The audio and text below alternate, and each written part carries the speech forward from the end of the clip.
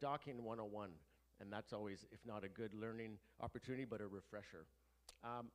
Tonight, we've got a special treat in that we've got a bit of a hybrid presentation going. Our crack audio and visual team has reached a new level tonight, knock on wood. But we've got joining us in the room to talk about offshore J133 racing, Colin O'Neill. And as you can see, we've got Sarah Nicholson, skipper Sarah Nicholson, who is in Antigua right now. I think that's the same place, but I'm not sure, but she can clarify. And just a brief word about Colin and Sarah. Colin O'Neill grew up around boats in Dartmouth, Nova Scotia, but started sailing later in life while working on the Halifax waterfront. He progressed from coastal offshore to cruising to offshore deliveries and racing and building experience with longer passages. And he is now a full-time offshore race crew member on the J133 Bella J.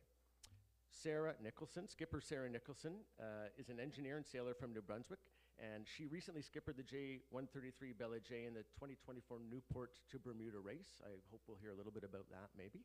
She's one of only 10 female skippers in this challenging 636 nautical mile race with 170 boats, so 10 out of 170. That's awesome, and good representation, and navigating high winds, big waves, and we all know kind of when we'll learn a little bit more about that experience. It lived up that race last year to its demanding reputation with multiple incidents, but everybody got back safely. So let's welcome virtually Sarah and Colin, and let's learn about offshore J133 racing. Welcome, guys. Thank you, Jeff. I can steal that. Thank you very much. Big thanks, Jeff. Thanks, Adam, for the shanty. Mark, Gord, Mark for the amazing AV as well. Super lucky to be here talking about offshore racing with skipper Sarah on site, as Jeff mentioned, in Antigua at the navigation table. Does it get any saltier than that? So offshore racing and how to prepare. Sarah and I hope this presentation can spur good conversation, lessons learned, good subject matter where we can apply it to not just offshore but our inshore racing as well.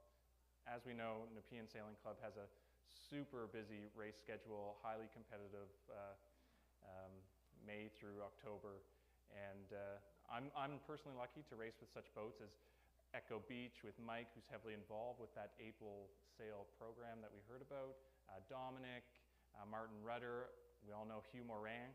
It's volunteers, like I've mentioned, that keep this club so awesome and competitive. Moving along, Jeff provided an awesome introduction of Sarah, who took the role on as skipper of Bella J 133 more recently in the last couple of years, thanks to the owner of Bella J, Ray Rhinelander of St. John's, Newfoundland, a fantastic sailor, willing to share his knowledge, the platform of which Sarah and others have built the Bella J offshore program, which provides a viable pathway for sailors of all ages to perform deliveries, race inshore competitively, travel to large competitions, and of course the larger events such as the Antigua Rourke 600, which starts next week. A little bit more about myself. We threw together a few photos. This will segue into how Sarah and I each got into offshore. But perhaps first I would hand it over to Sarah to say a few words on introduction. Yeah, hello everyone. I can't see you, but it's nice to be included, and I'm super happy to chat all things offshore with my buddy Colin. So yeah, Colin and I have been racing together on Bella for a couple of years now, and it's quite a good time to be doing this because we're going into a big race Monday, and I've been down in Antigua since Sunday, prepping the boat. It was on the hard for a couple of months, so we had a lot of work to do, just some bottom work, and got it all launched and sailed it around to the yacht club. And yeah, it's been a full-on week of boat work, so it's been good, and the crew will all be joining us tomorrow, and we're pretty stoked to do some trading and racing. So Yeah, Colin, I guess you can do your little intro, and then I'll do a bit more of mine on the next slide. Sure thing, Sarah. Yeah. As Sarah suggested, we're all familiar with the never-ending boat job lists, so we're frantically preparing for the Antigua Rourke 600. We'll do a hopefully race this Friday, actually, around Antigua as a bit of a shakeout sail. Make sure all systems are a go, sails are primed. We'll calibrate all of our instruments on Friday, and then we'll train Saturday through Sunday and hit the line running on Monday. In terms of Bella and other boats background, this is from this time 2 years ago. This is our bowman, Paul, one of the best bow people around. This was from Heineken Race Week. This is Newport, Bermuda, two years ago. Personally, this was my first real offshore race with a Kaufman 47 out of Halifax. That's dog sled. Coincidentally, we raced against Bella J, and from that race on, formed a network and a relationship, which brought us over the years to present day. This was actually in San Francisco in the Bay. This was the Big Boat Series. This is us aboard a J133’s, which was a pretty thrilling race. We scored a couple of bullets there. The classic split the difference, tucked behind Alcatraz, got in the lee of the flooding current. We'll talk more about local knowledge later. And hit the windward mark and never looked back. This, and I'll hand this back over to Sarah. Most recently, Sarah competed in the double-handed World Championship offshore racing overseas. She and her partner, teammate Ben, and I believe this is their boat here under a double-headed sail combination. Would you like to share a little bit about your double-handed offshore worlds, Sarah? Yeah, for sure. Yeah, so I was very lucky last year to be able to participate in the first, actually, double-handed offshore worlds that was hosted by World Sailing in Lorient, France, which is quite an exciting place to be. It was just before the Vendée Globe, so all of the Amoca boats were prepping for their around-the-world race, solo around-the-world race. So super exciting race village. And yeah, so I put in a team for Canada with my friend Ben, who's actually from BC. But yeah, so we had a really great time. We went down a bit early and did some training on these boats, which are One Design boats. They're Sunfast 30s. And they built them really with the purpose, like this was the first big event they held with them, and with the purpose of having like a One Design offshore class for the World Championships and other events moving forward now. So it was really a great week, super cool to meet all the other teams, and we did some elimination races and then a final race, and we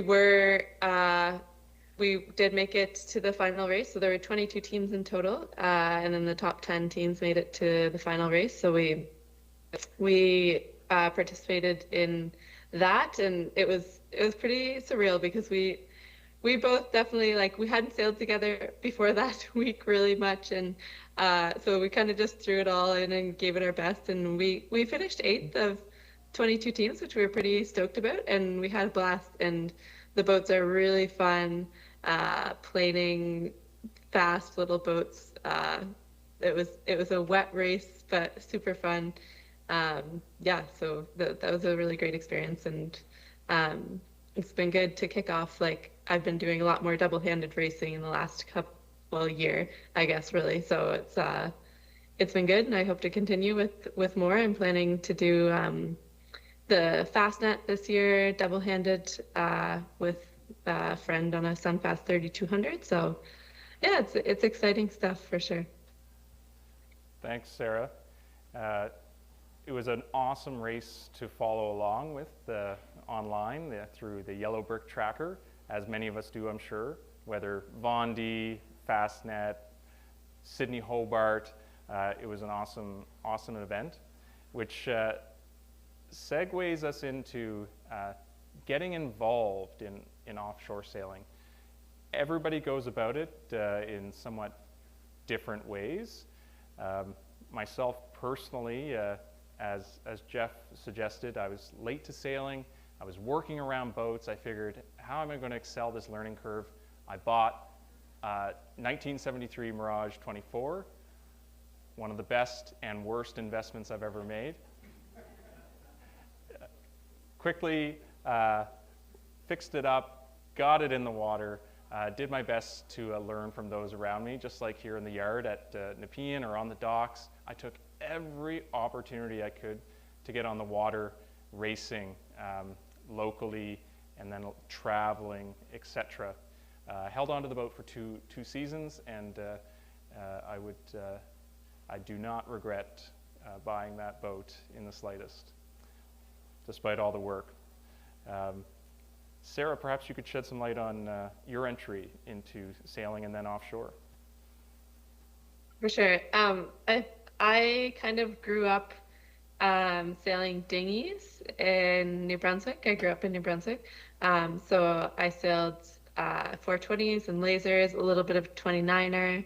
And then I kind of moved into keelboat racing in the end of high school and university, and joined my University of New Brunswick sailing team.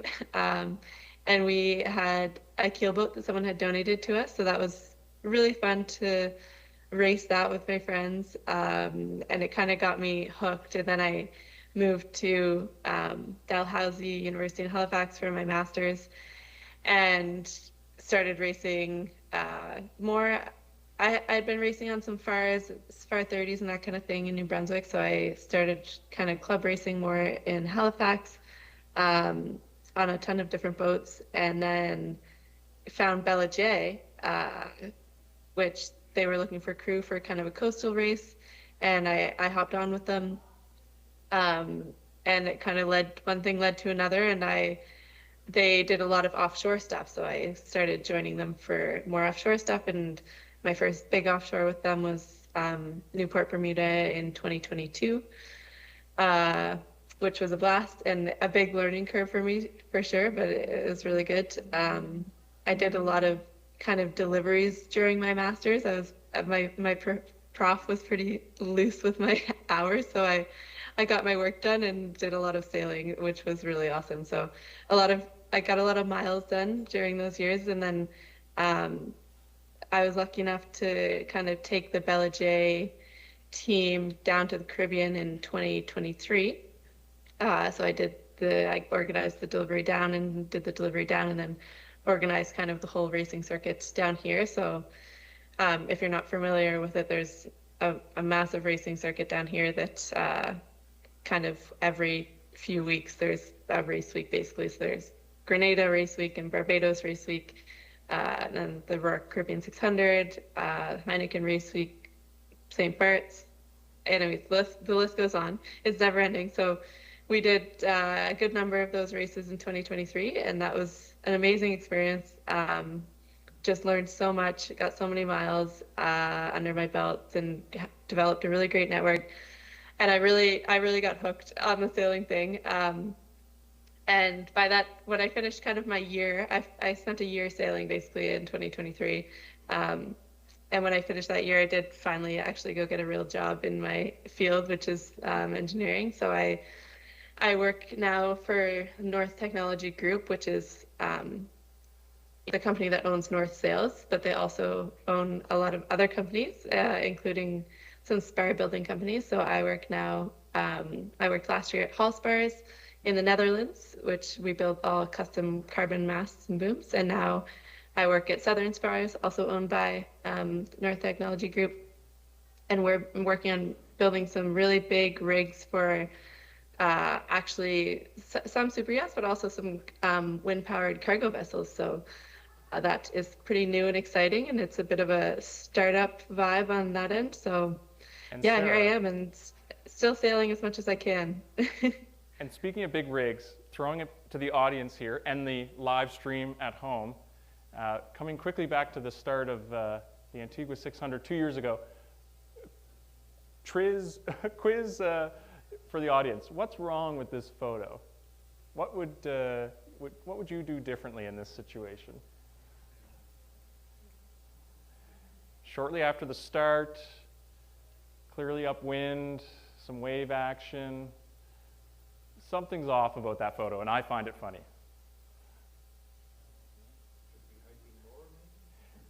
We can always be hiking more.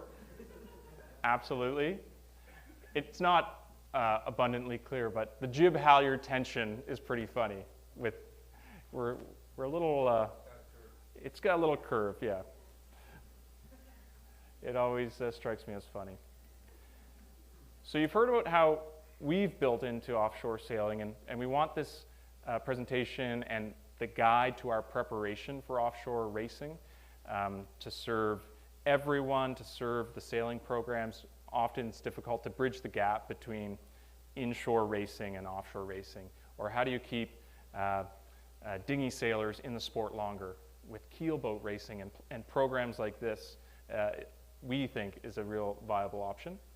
So skills that we can build up, as we know, basic navigation never hurts, program like Navionics. Deliveries, there's lots of crew banks out there. You can sign up for deliveries from point A to point B.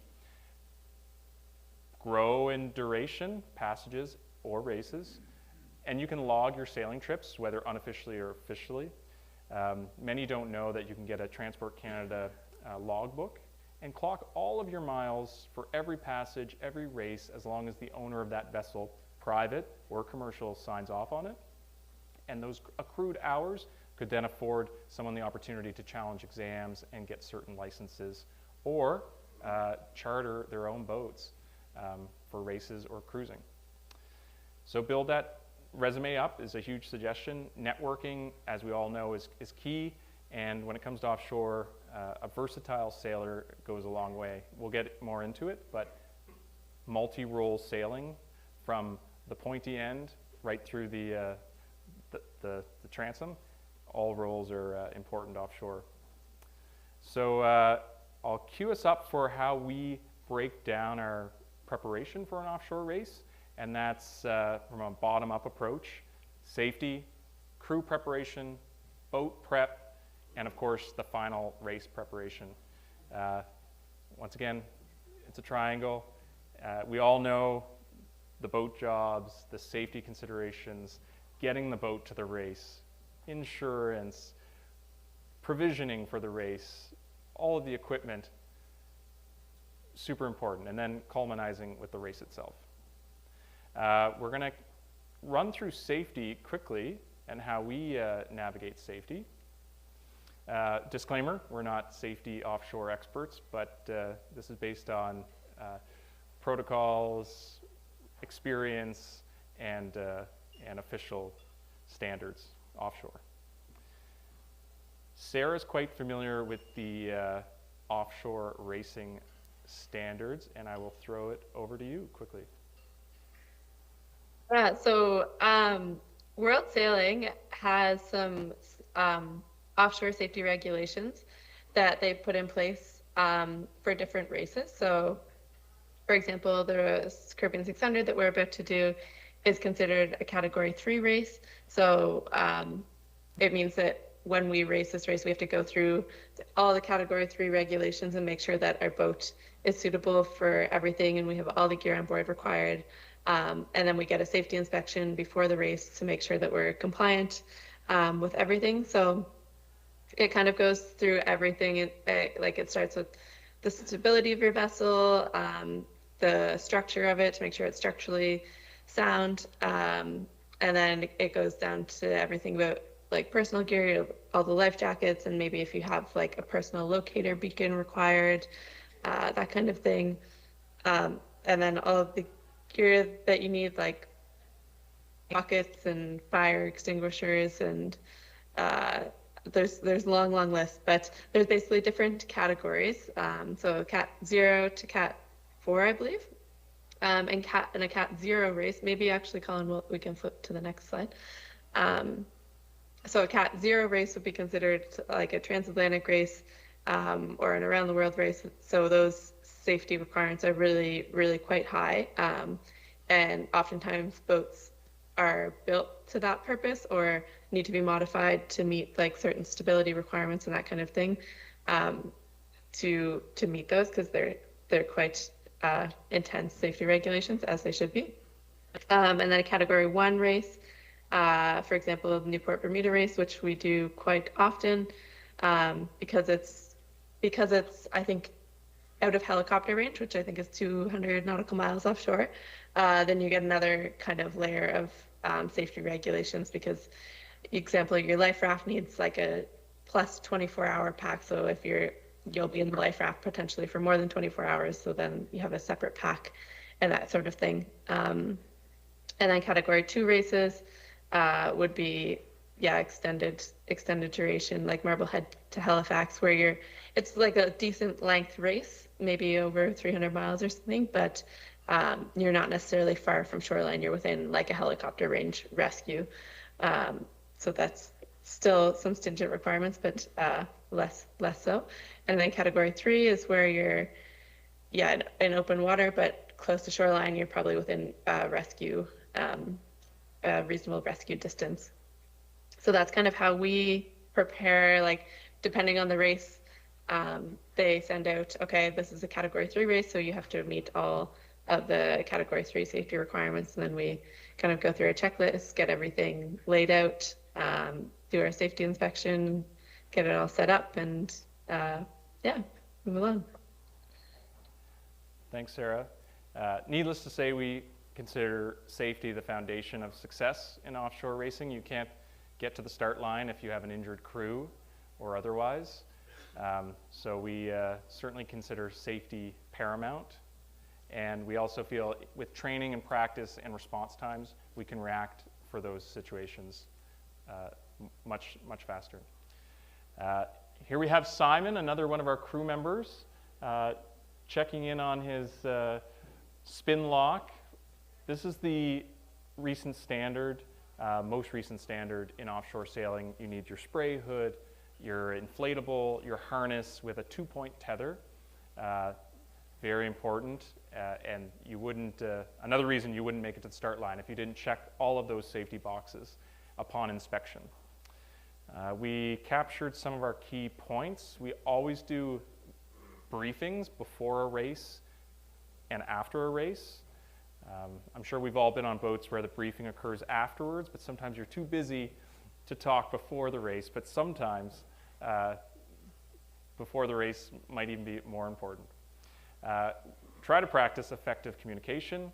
Watch captains. On a race like the Antigua 600, for example, we'll be running a 4-hour shift, 4 hours on, 4 hours off. 8-person crew that's driven by our life raft, which has a capacity for 8 sailors.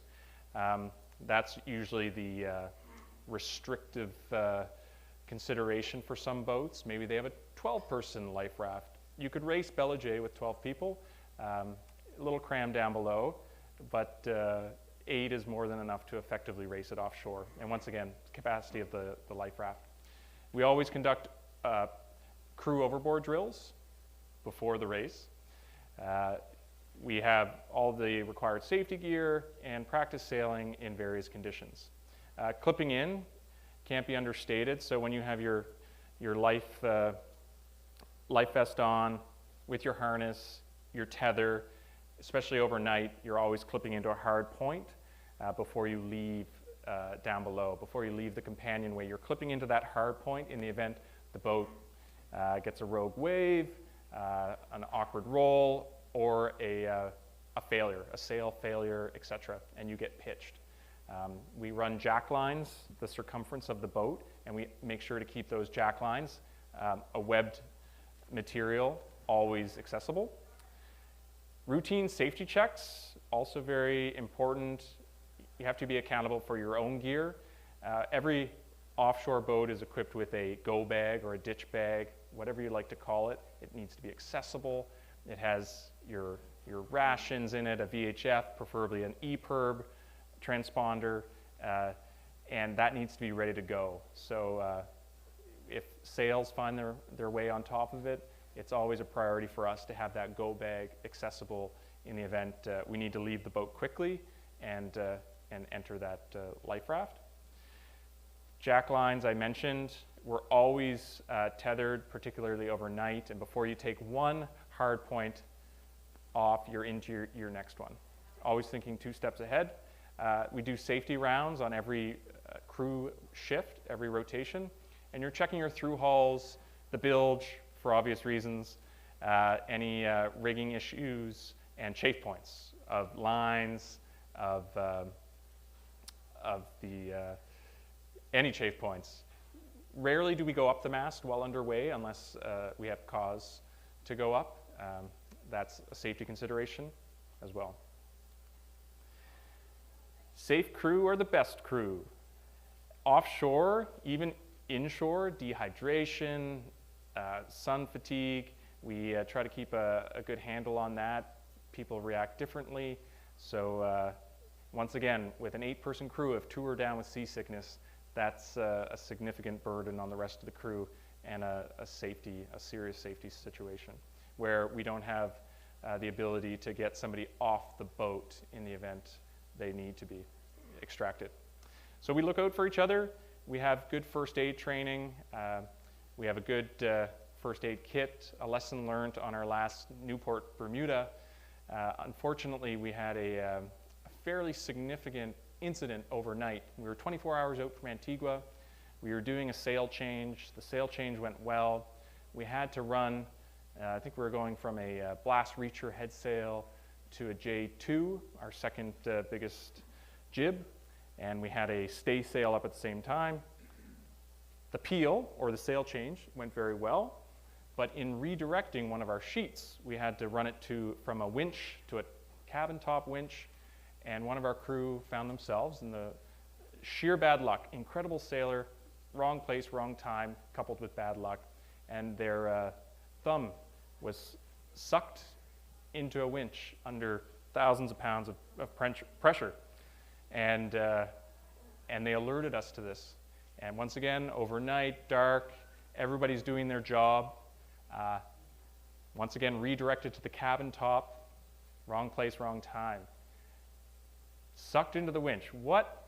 Another quiz question. What should we do in that situation? What should that trimmer do in that situation?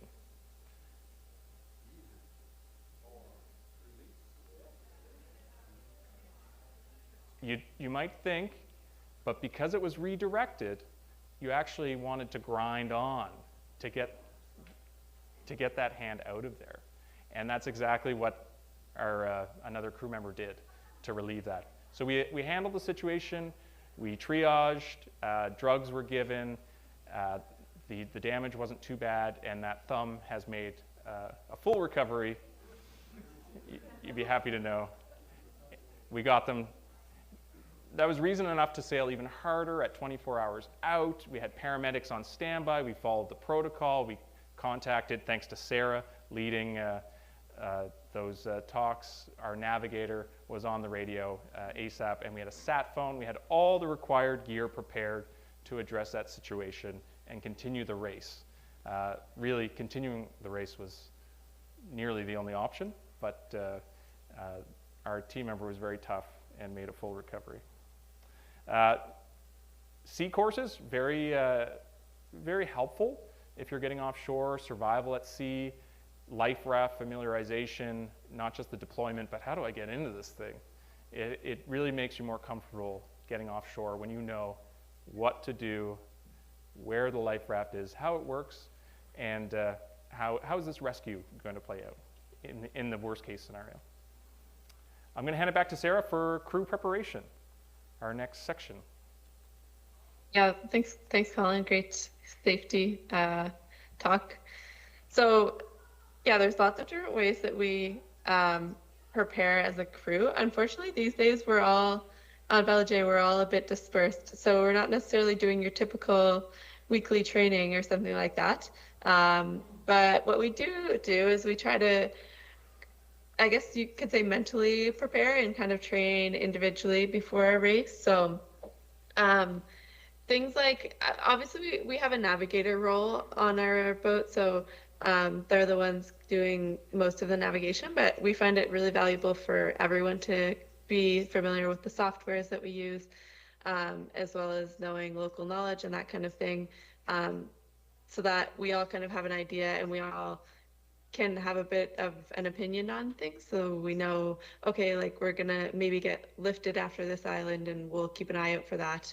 And it's because when you're the ones sailing, you're the ones watching all the instruments and all the data coming in, so you can process that well and say, kind of notify your navigator, like, oh, I'm seeing this shift happen, that kind of thing. So before we kind of head out on the race course, we kind of get everyone to practice with the navigation software, knowing things about local knowledge. We use the software called Expedition, which we run on a laptop right here where I'm sitting, and that connects to our BNG instruments as well. So it basically collects all of the data coming in from our wind and boat speed and that kind of thing, and processes it so we can do some nice routing underway that allows us to kind of make decisions about where to go next and that kind of thing. There's some other softwares as well. Expedition is difficult to learn, I would say, and it's expensive as well. But Predict Wind Offshore is a really great software as well for more basic weather routing. It's a nice interface and easy to look at. There's also a software called Athena, which is also more of a technical software, but it's really great. It's a bit more user friendly as well, and I think it's partly in French, though. It's a France thing, so if you know French, that might be a good one for you. So yeah, we kind of do that. We also really like to make sure going into a race that everyone, or at least one or two people, are really familiar with like all of the systems on the boat, how to troubleshoot problems, because they always come up. Something always breaks, something's always not working. There's always, and on deliveries too, deliveries as well, there's always, you know, fuel filter needs to be changed on an engine, or something comes up, and you can definitely prepare for that, and you should, but it's really good to have someone on board that is super familiar with all the systems, to make sure that you're in the clear when those issues come up. The other big thing I think in preparation individually is just go sailing as much as you can, even if it's not with the crew necessarily. Just go out sailing, learn from other boats, other people, gain that knowledge and experience, and yeah, it all pays off. And Colin, do you want to talk about this? Sure. We thought it important to talk about the individual training, sailing as much as we can, Tuesday, Wednesday, Thursday. Here in Ottawa, we're so lucky that we could literally sail almost every night of the week if we wanted to. So that's hugely helpful. The J80 fleet, the CNC 27 fleet, you name it, we've got it here. And so we try to show up in good form for offshore races. Sarah alluded to driving. When you're driving, just in like most race scenarios, you want the driver to be focused on speed. Just drive the boat. So the navigator on Bella J feeds the driver the information, the compass heading, the margin of error that's allowed, whether we want to travel closer to that rum line or do not travel above 110 degrees, for example. So the mental readiness required for 1, 2, 3 hours, 4 hours in the cockpit driving or trimming, you've really got to focus, and that's alleviated by having a dedicated navigator role. Little degrees of error go a long way. And we try to have pretty well-balanced meals offshore. Back to team training, where Sarah will talk about our procedure manual, which is a good thing to have for every boat, in our opinion. This is something else that we do beforehand in a race. So we have something we call it the procedure manual. I think Colin has a little clip of it here at the bottom. And it basically, that one's for a kite, Bearway kite set, yeah. So basically in our procedure manual, we have every single maneuver that we do. and it goes through what each position should be doing, like setting up for the maneuver, during the maneuver, and then after the maneuver. Um, and it's just a really good way to remind people of what their role might be, especially because in offshore we're always rotating roles. So you might be, we might be doing a bear away set where you're trimming the main, or you might be on the bow, or you might be driving. Like, we all share all roles, so it's really important for everyone to review the procedure manual and make sure they're really familiar with their roles and exactly what to do, because we do get into like some more complex um, maneuvers like peels. So maybe we're peeling from our spinnaker to our code 65, which is another reaching sail that goes off of our bowsprit. Um, and so you have a lot of rigging nuances to do, and a lot of lines to make sure are rigged correctly. So our procedure manual basically lies out exactly how things should be in any given scenario, and I think that's super helpful, especially if you have new crew coming on the boat. Like, letting them read the procedure manual. I think I've heard good things about that. They really enjoy like being able to mentally prepare, because sometimes it's intimidating getting on a new boat. So I really think it's a great thing to have. Yeah, I already talked about course and navigation nuances. Having the whole crew familiar with those is super important. I think another great thing to practice, as Colin kind of mentioned, is just driving. And if you are having people do multiple roles, like getting people familiar with driving to numbers, that's kind of a big difference with offshore and inshore, I think, because inshore you have like so many indicators around you in the daytime with breeze and your ticklers and all of that. But offshore at night, you're really reliant on your instruments. So you're kind of constantly watching your heading, boat speed, wind angle, wind direction, that kind of thing. And it's kind of a whole different mind game. We always say like it's almost like a video game. You're just watching numbers all night long and driving to them. So it's a really good thing to get people practicing, especially people that are new to sailing at night.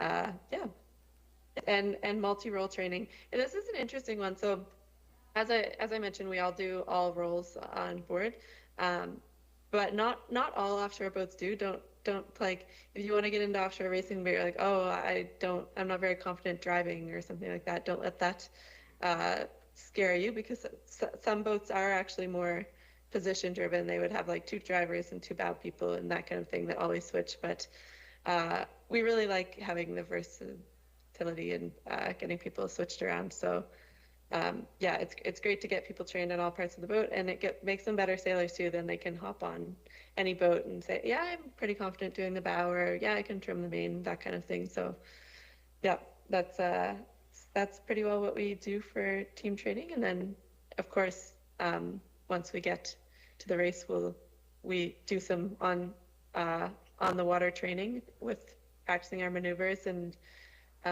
different crew in different places and that kind of thing. And Sarah, on the topic of maneuvers, we go as far to, and I think it's useful on any race course, to time our maneuvers. So we know how long it will take us to swap from that code to the A2 or A3, from the J1 to the blast reacher, etc., or put a reef in the main. How necessary is it? So that's a skipper-led decision with the navigator to drive the cost-benefit analysis, because every time you get on deck for these changes and maneuvers, you're at risk of breakages, a speed loss if something goes wrong. So we do look at the cost-benefit analysis of maneuvers. For sure. And then we're into our next section of boat preparation, all of our favorite thing. Here is Bella in the shed last year before splashing.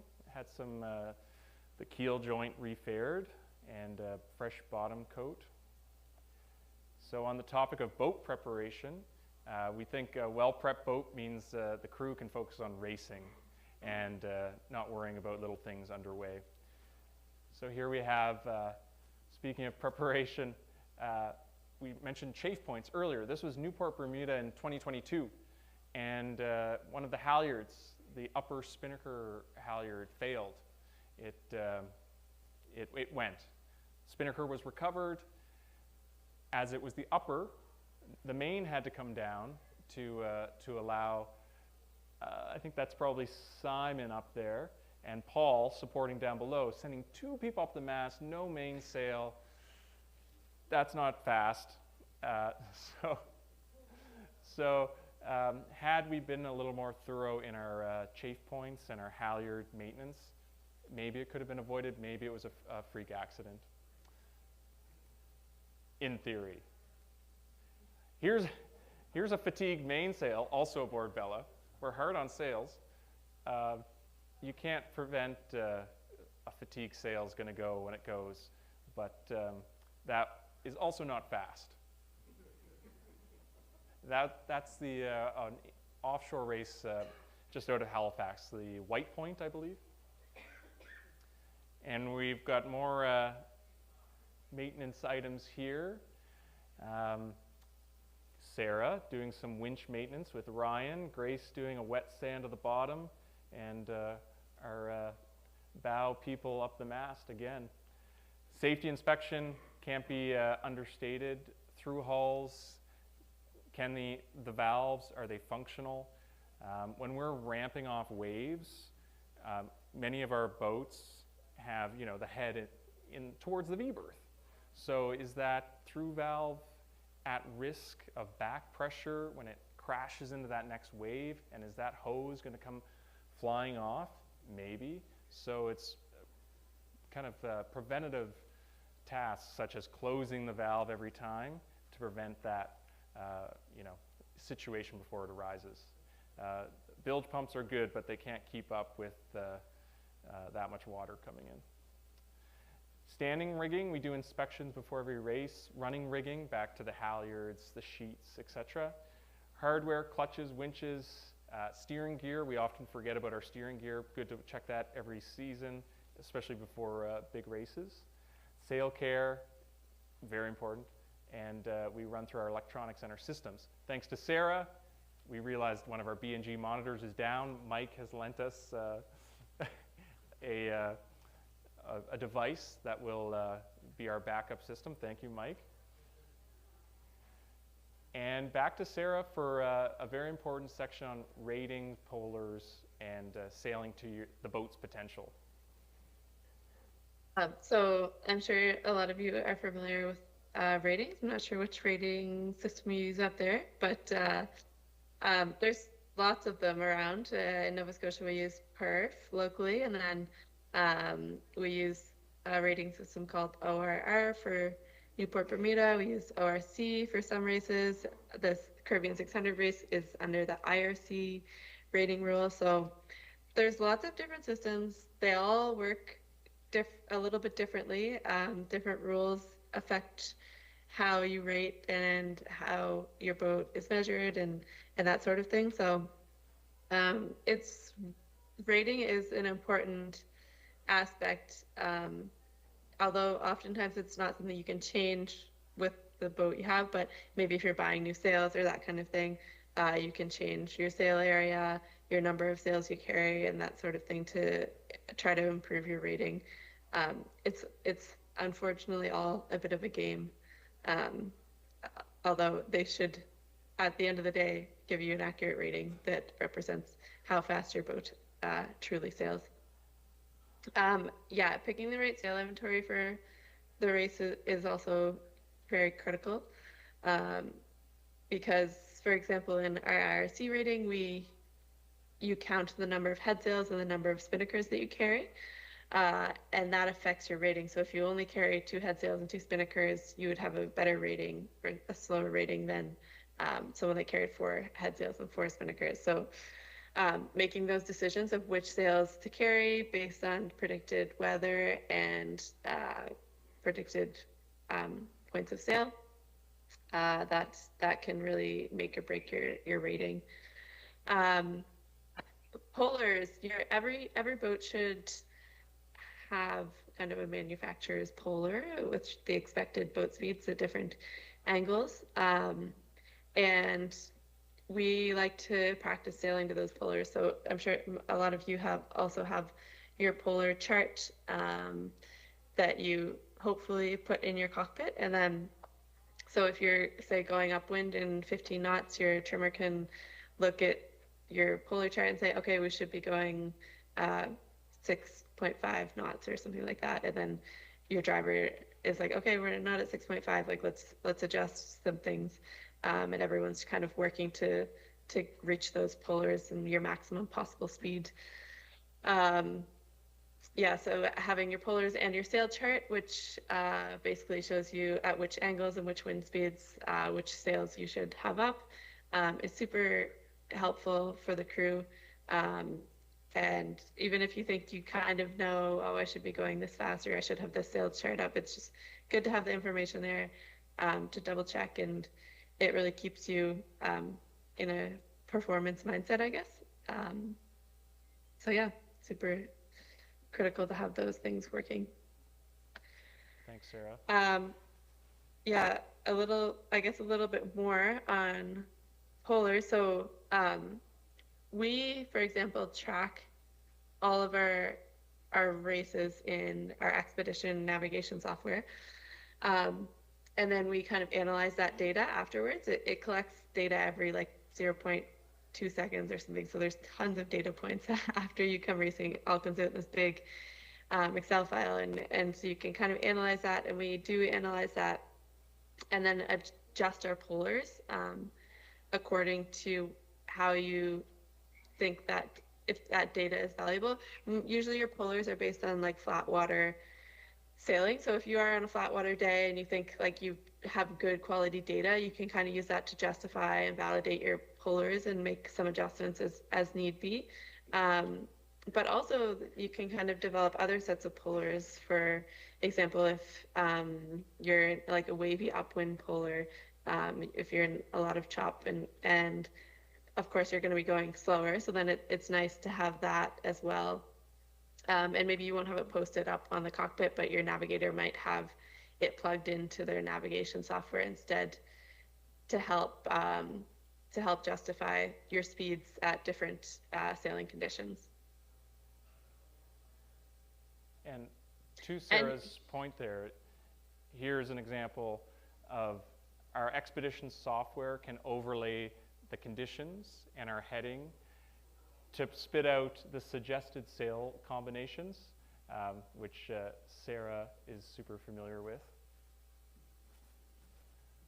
So this is this our sail chart, Colin? Pardon me? Probably. Is this Bella J sail chart? This would be Bella J's sail chart, yes. Okay, I should recognize it. But yeah, so basically this is what our sail chart looks like. So you have your true wind angle and your wind speed, and it says which sails to pop up. And yeah, so we have that plugged into our expedition software, and it will tell us. It's also really helpful because it will tell you, like, on your next leg, if you're turning a corner, on your next leg, it's predicted that you'll be hoisting the J1, for example. So that can help the crew get prepared for the sail change and that sort of thing, which maybe you could guess based on the wind angle and that kind of thing, but it's nice to have the software validate your decisions. It's kind of like our version of AI offshore, the suggested sail combinations to produce maximal speed. But the good thing about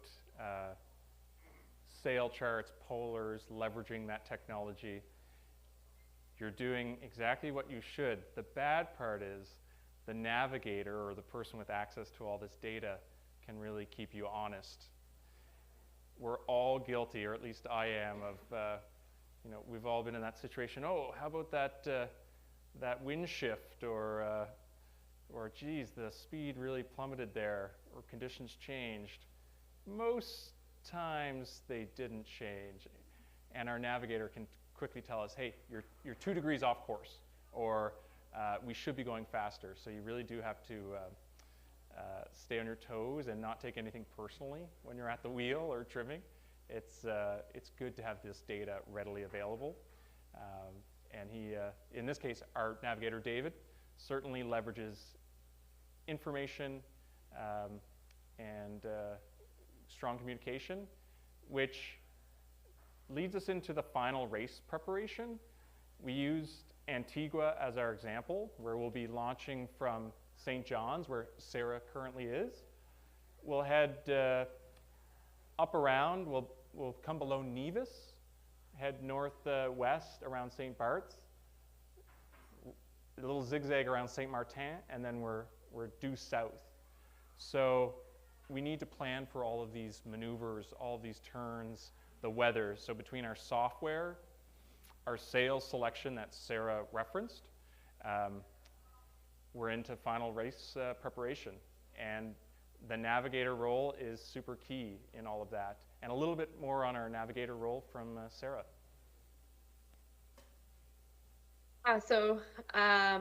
I'm not the navigator on our boat, but our good friend Dave is. And we're all pretty familiar with Expedition, but he is definitely the Expedition pro. He spends so much time dedicated to studying software and the courses and how to best optimize his time. It's something, especially now, as you can see here, there's lots of different sources to get your data and your weather from offshore. And I think in these bigger offshore races, it's Starlink is really the primary software or hardware, I guess, being used to get our weather. And with Starlink, it's like normal internet, so you can just have so much data. So optimizing your time as a navigator is really critical, because you can spend so much time getting data, trying to analyze it, but at the end of the day, you just need an answer like, this is the heading you need, and you can't go below this, and this is our plan. So kind of optimizing those processes beforehand and preparing, this is how I'm going to get my weather, this is where I'm going to plug it in, this is where I'm going to get my current model and plug it in. This is where maybe I'm going to look at some satellite imagery. Sometimes we're looking also at weather observations from airport data and that kind of thing. So just getting good processes, quick processes that help you make decisions is super critical and something you can prepare for in advance. And speaking of preparing, Sarah, back to the audience quiz questions, what are we looking at right here? This phenomenon, the Gulf Stream. That's right, a very strategically challenging area to cross. It's always there within, we know roughly where it is, but it varies. So the navigator, one of their many jobs is to figure out the most advantageous place to enter the Gulf Stream and the best place to leave it, because you can gain those 2, at times 3 knots of additional speed, but then you have to hedge your bets sometimes. Well, it's always a balance. So yeah, and before a race, our navigator always does a really good briefing with the crew about the course, kind of what to expect in terms of weather, things to look out for. Like navigators often, it's really great for a navigator to spend time outside, but they often are down below on their computer. So having the crew look out for like different cloud lines and different weather effects is super critical, especially in like a race like Newport Bermuda with the Gulf Stream. There's lots of different clouds and squalls forming, changes in water color and water temperature, and sea life. Even when you start to see sea life, you know, like you're starting to hit the Gulf Stream and that kind of thing. So it's really good to get your crew briefed on that kind of thing beforehand. In terms of navigation courses, like if you're looking to get more into navigation and you're not sure where to start, there's some really great courses out there, like Marine Weather University, that's run by Peter Eisler. And there's another great one called Sea Tactics, run by Chelsea, can't remember Chelsea's last name. She's based in Newport as well. But yeah, there's some great courses out there about using these softwares and um, optimizing your boat pullers and sail selection and that kind of thing based on the data coming in. So definitely recommend checking those out if you're looking for a place to start. Thanks, Sarah. And speaking of data, the island of Guadeloupe, it's very nice, but it's very difficult to sail past. It throws a huge wind shadow, which proves to be the most strategic part of the race for many boats. So the decision involves, do you go inshore, do you play the middle, or do you go way offshore? There's pros and cons to each of those decisions, but our navigator, our skipper, have to make informed decisions at the time. And given that peak, just like the thermals we get off Gatineau Park, coming into the river and accelerating for those marginal gains off the shoreline, it's no different in Guadeloupe. So keeping your head out of the boat is sometimes just as important as studying the charts and the polars for cloud lines, etc. And what's the temperature doing and what time of day are we entering this part of the race is huge as well. Thanks to Sarah, we had a wicked navigation session 2 weeks ago with Anderson Reggio. He was the America's Cup manager for all things weather and fine-tuning for the American Magic team. Boat organization, I'm sure we all have our own processes. We have a place for everything aboard Bella J for organization. We stack our sails in order of presumed use so that we know the next sail is available based on the next maneuver coming up. It keeps everybody ready. We have things prepared on deck when that sail comes on deck, and then the next sail is going down below. We can only store one sail typically on deck at a time per the rules for ballast. We keep tools easily accessible. Hatches are closed at sea in the event of rogue waves or failures. Once again, line management, huge, particularly at night. We need to know where our halyards are because we've all wrapped a halyard around the forestay, and it's amplified at night when we have, at any given time, 2 to 4 sails flying at once. Meal, you can't control the weather, you can control the food. We try to keep it balanced, lots of water, electrolytes, loads of snacks. But then cooking is a big, depending on the venue, locally, maybe like Ontario, hot or cold. Are you heating the meals? Is it dehydrated? These are all things we consider. And we keep things easily accessible, ready to eat, ready to go. Watch schedules, we already mentioned. 4 hours on, 4 hours off. We try to keep the crews balanced for those longer durations. So we might have a good bow person, a really good driver, trimmer. The navigator is a bit of a floating role for us. They reinforce the watch schedule. You have to be able to get on deck quickly in the event of emergency with foul weather gear and PFD. And commented on this earlier, many of these races, despite varying strategies, come down to minutes because these boats are being sailed so well and the rating system is typically quite fair. It's not uncommon in various classes to see on corrected time the results within minutes of each other. So we find you've got to keep, after safety, speed, speed, speed. Keep the boat moving in the right direction preferably.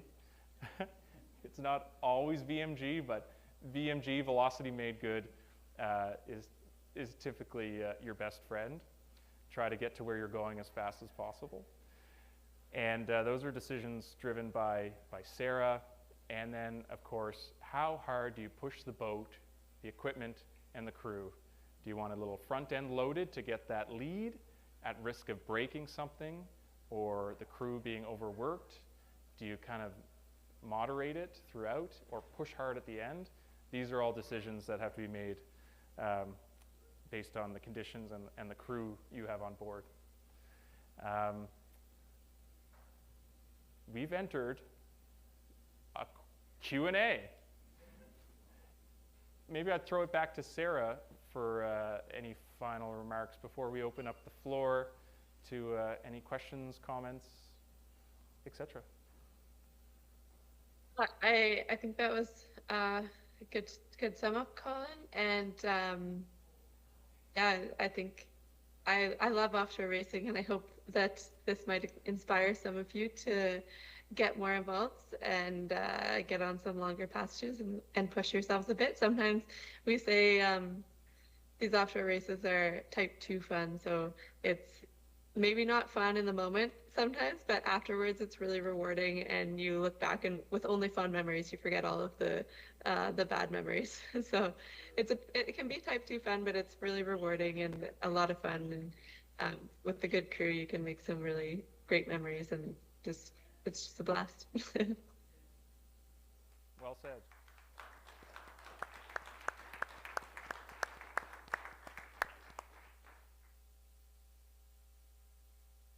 Big thanks to all of you for taking the time to be here tonight and participate. We've got a wealth of knowledge and experience in the room, so questions and hopefully answers. All right. Well, first off, thank you very much for what was like a very exciting, thrilling presentation. I'm not sure how much will apply on our Catalina 22, but certainly a lot of food for thought. And one of the things that I found really interesting, I thought you did a great job sort of juxtaposing the fact that you've got a lot of data, and on the other hand, the sort of knowing a bit the local lore conditions. And what I'm wondering is, you know, given that you race different races in different areas, and you're only doing these, you know, once or twice a year or whatever it is, how do you get that extra information? Is that part of also perhaps your crew consideration in terms of who you have on your crew? How do you get that knowledge to be able to get that sort of little advantage? Great question. Was Sarah able to hear some of that? Yeah, I heard it. Awesome. Good question. I think that definitely having local knowledge on board is very useful. And if you can, like, use your network to, if you know people in that area that are kind of willing to help you and give you information, that's helpful as well. Also, just like, for example, like we've done the Newport Bermuda race. I think Bella's done it 4 times now. So like just doing the same races again, you just gain more and more knowledge. But also things like satellite imagery and the weather observations and that kind of thing. If you study them in advance, that can really help you learn what is happening. For example, the Gulf Stream moves and shifts a lot. And our navigator, Dave, was collecting data from it every single day for like 3 months leading up to Newport Bermuda and studying which models were most accurate and exactly what it was doing. So there are ways to kind of study things, but certainly like locally with thermals and that kind of thing, like, yeah, having local knowledge on board or shared with you is super helpful. A really great question. I reiterate Sarah's points. So much information, you have to pick and choose at a point. And then when you're on the racetrack, no different from around the buoys when we're out there Tuesday, Thursday, you've got to commit to decisions with the information you have at the time. And sometimes they pan out, sometimes they don't. It is at times one big match race out there where you're covering a boat that's 50 miles away and you're trying to anticipate. But information, and we do a lot of studying before the event and then try to execute to our guide every time. Mark. Very cool. I enjoyed the whole show. I hope I didn't miss this part, but like, how did you get from where you were to sailing on the ocean? So I sail sharks on the local river. Like, is that where you started? And like, what were the steps that ended you up on a J133? Oh, good question. In my case, I annoyed a few boat owners. I mentioned dog sled, that big yellow Coffin 47. I missed out one year, but I stayed in touch, and I followed up, and I wanted a spot on that boat. And the owner took me aboard as crew, and then I networked and was aligned with Bella. We did some inshore racing together and built from there. And I also had the kind of the good fortune to build up a delivery resume of boats, A to B, and and that was a good networking opportunity, and clocking sea miles. Sarah, I think in a similar fashion, wanted to get aboard some big boats, and she did just that, and now she's surfing at probably 30 knots aboard a open 40, double-handed. Yeah, Sarah, anything to add on how to bridge the gap? I think I was lucky to grow up on the coast, so I guess it's maybe a bit more accessible. But I think it's still the same thing still applies. It's just like networking, just network. Like, just put your name out there, kind of let people know that you want to do some ocean sailing. Deliveries are a really great place to start because people are often looking for delivery crew. And yeah, and there also are like some, we call them pay to play offshore things, like where you can charter a spot on a boat. So like for the Caribbean 600, for example, there's a Canadian boat beside us called Panacea. They run a sea to sky sailing, and they kind of they have like 2 crew on board, and then they charter out spots on board to do like the Caribbean 600 and other races. So you can also pay to get involved, but I think like there's lots of delivery opportunities, and then you start growing your network, and then you hear about more opportunities, and things just escalate usually. So yeah, it's all about getting your name out there and networking. Very cool. And what's the age range of the people on the crew? On Bella, currently... I'm just hoping. I'm just trying to figure out, you know, yeah. Oh, sign on up, Mark. We range in ages from mid-20s to, 70. So, absolutely. Yeah, I think for this race, we're quite a young crew, but for example, our big competition, another J133 that we are always racing against, the owner is 84, and he still does all their offshore races with them, and he's an amazing sailor. So I don't think there's any age limit, really. Yeah, I couldn't agree more. I did like at the Interclub Awards a month ago, Giles Scott, wicked interview live, as we know, the driver of Canada Sail GP.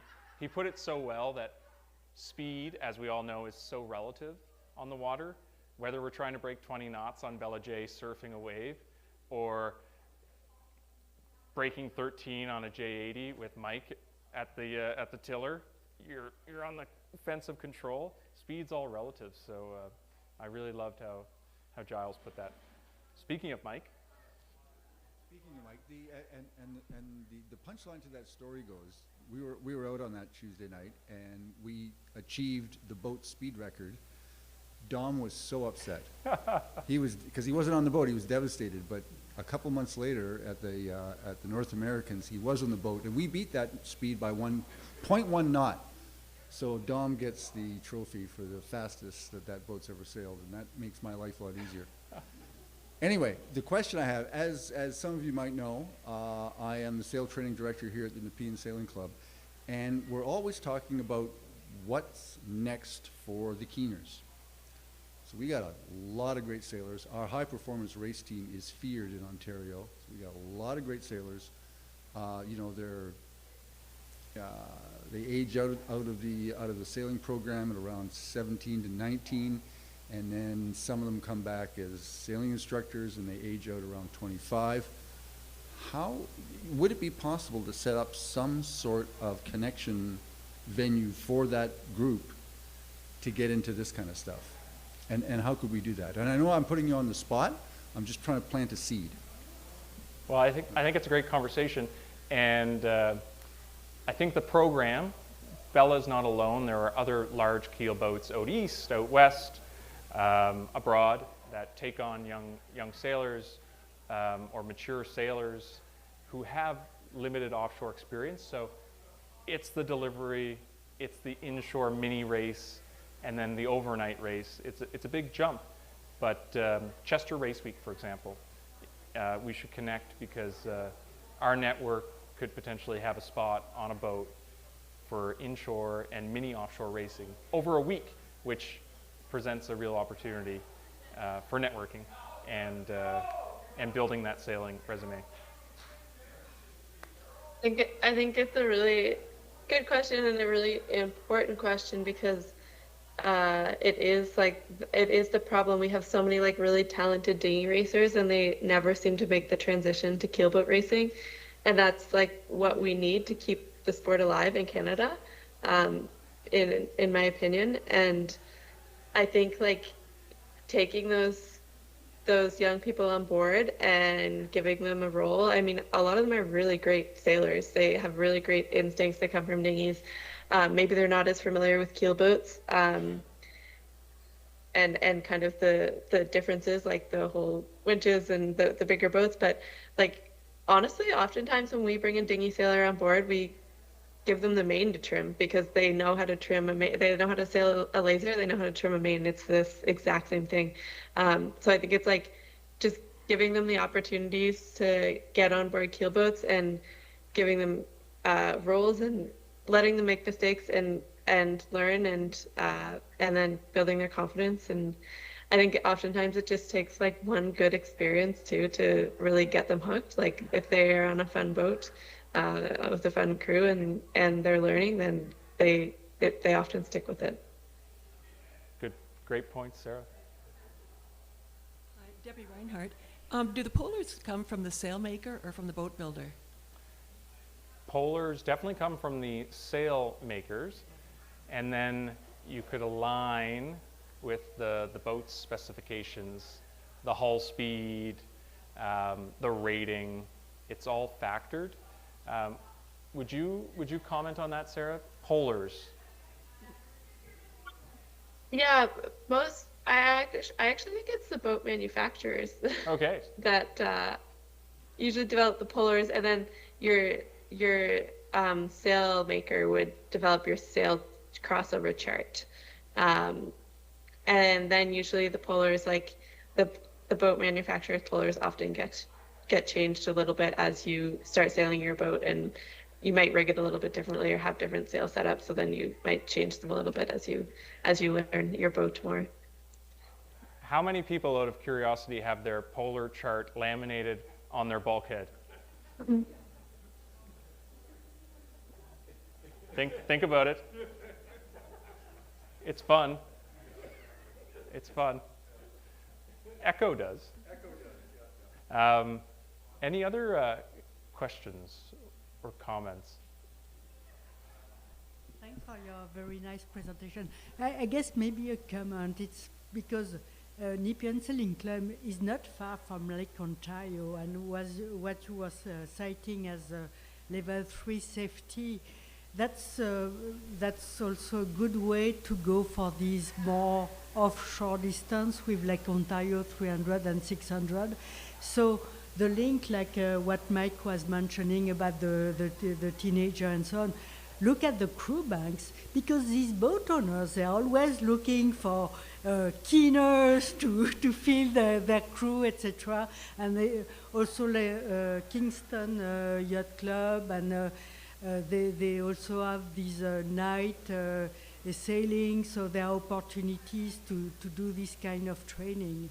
So I guess we have geographically we have this privilege to be able to tap in various area to build our.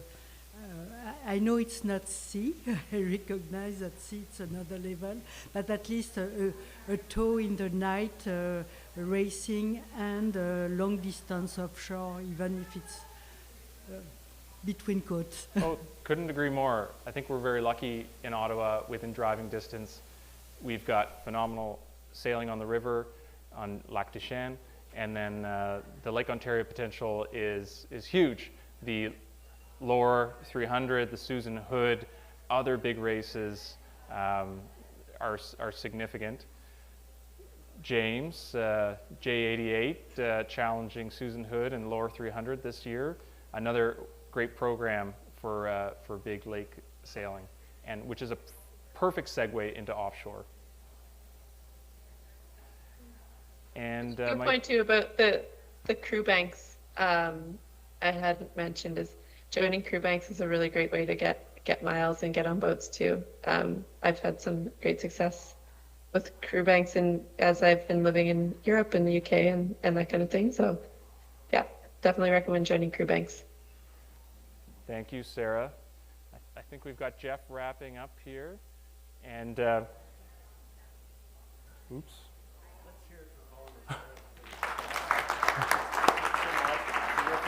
Oh, geez. Thank you. Thank you very much. We hope you follow along with the Rourke 600. Yellow Brick Tracker is a great way to catch us. We're on social media, Bella J Racing. And if you're so inclined, we're on Wind Athletes. And any little contribution goes a long way for the entire program. And there are tax receipts. Well done. Thank you very much. Speaking of donations, thank you all for the $153 in donations tonight to the Legacy Fund. It is very much appreciated. And I wanted to make a quick note. It was such an interesting dynamic of technology and instinct and experience that is so much of a part of sport these days. You know, you're thinking of baseball analytics and that kind of emotional versus analytical. But in terms of technology, I just want to give a little shout out to our AV crew tonight. We had a flawless connection via Starlink to Antigua with Sarah. Mark is streaming live on YouTube and burning a DVD as we speak. So I want to say our AV crew tonight has hit a high water mark, and well done, guys. Thank you all very much, and we hope to see you next week. Thanks for coming. Thanks, Sarah.